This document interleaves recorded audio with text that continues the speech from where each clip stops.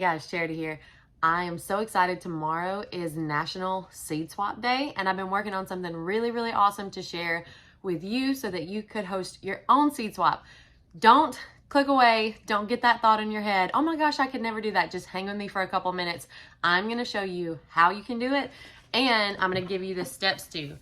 I have been working on the flyer that I made for our first ever seed swap and making it in a form that is editable for you so that you can open this up. You can click the link, you can fill in the dates, change the location, put your heading on it of the city that you're in, and you could be getting a seed swap together.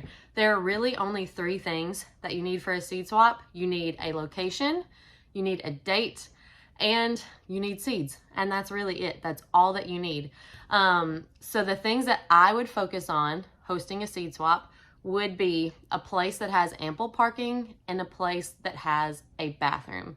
I typically host them on a Saturday or a Sunday afternoon after church. That way, once people are kind of winding down from the weekend, they can come home. Saturdays kind of break up people's weekends, and I don't really love to do that. So I enjoy doing them on Sundays on the afternoon. But if there's a time that works better for you, go for it.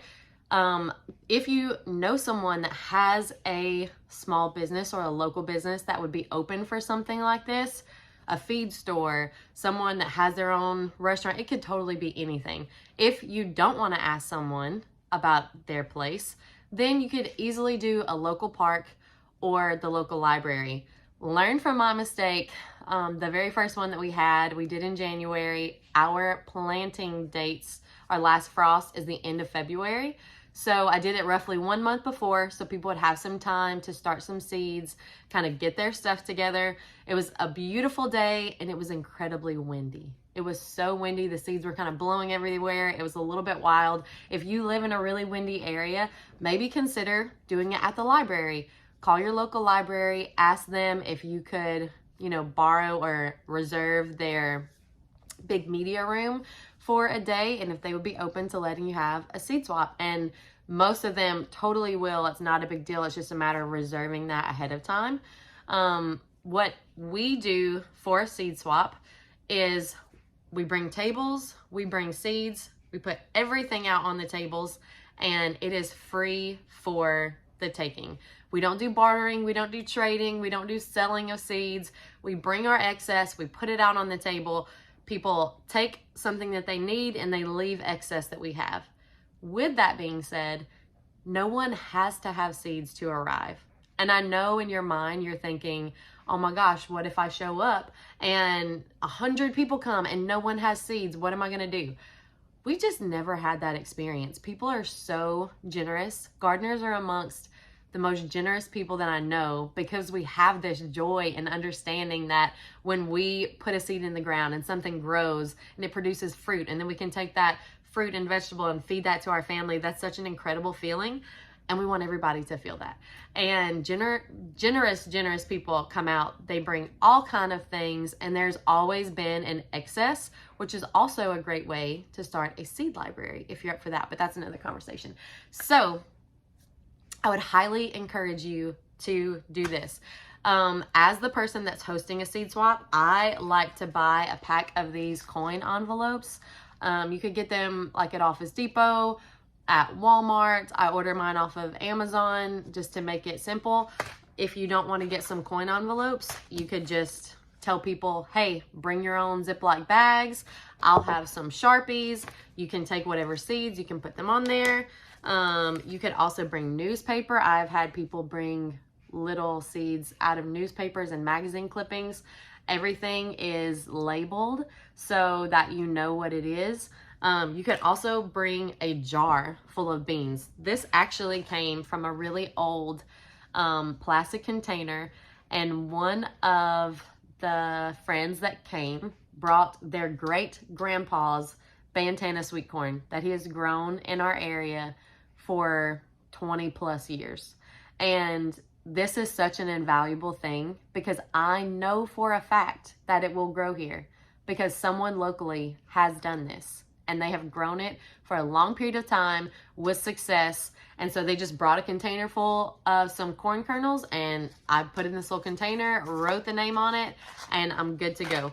Another idea could be things that I did when I first started was I went to my local Lowe's, my local Home Depot. I went to local feed stores. I printed out this flyer and I said, hey, we're going to have this seed swap on this date. Would you be willing to donate some seeds in exchange for me putting out some promotional materials for your feed store, or, you know, crediting you at the event? And most of the time they'll donate a couple packs of seeds, but the dollar store is where it's at, y'all. If you go to the dollar store, they have seed packs for 25 cents. They're usually 4 for $1. And you can get some very basic varieties of flowers, of herbs, of vegetables, all kind of things for $0.25. And if you're one of those people that will not show up empty-handed, run to your local Dollar Tree or your dollar store, walk in, grab a couple packs of seeds, and show up. Another idea that I've always put out there is that people could bring cardboard, that they could bring extra plastic pots, the little 4-inch pots or whatever type of excess pots that they have. People could bring newspaper, people could bring started plants, people could bring cuttings, and people just come out the woodwork with stuff and donate them to this seed swap. And it has been such a great way to connect with local gardeners. It actually helps everyone to have a little more opportunity. It helps the really brand new people get started that don't have seeds yet. They're able to get something. You're able to try new varieties without any cost, and you get to meet other local gardeners. You get to show up and meet other people that are growing and say, hey, where are you growing? Oh my gosh, I'm just a few minutes down the road. Or, oh my goodness, like I'm growing in that type of area too. Maybe you're growing in a subdivision. Maybe you're growing very rurally. Maybe you're growing surrounded by big ag. You'll have the opportunity to meet people there that are growing in your area and make a lot of new friends. Another great thing that has come from these seed swaps is classes. And in this template that you're going to get, there is a seed swap flyer that you can edit. And there's also a class template flyer. You can do this. I promise, friends. Call your local library, ask to reserve a date and a time, plug and play some pictures, or you can use the ones that I've included, change your name, put the way you're able to be reached, how to RSVP, and share that out with the world on social media, on, you know, your church bulletin board, on the public library bulletin board, in your local gardening Facebook group for wherever you live, and then just show up. And you can have some very basic information about when your last frost date is, what successes and failures you have had in your garden, what, you know, if it's not garden planting time yet, when you should be starting seeds. There are so many topics that you could cover. It doesn't have to be scientific. It doesn't have to be super crazy. When I did my very first class, I felt very incapable, and I've only gardened for like 4 years. What do I know? People are going to come and they're going to know so much more than me. And people did. People came that knew a lot more than me. And I was very open to, hey, this is my 4th year gardening.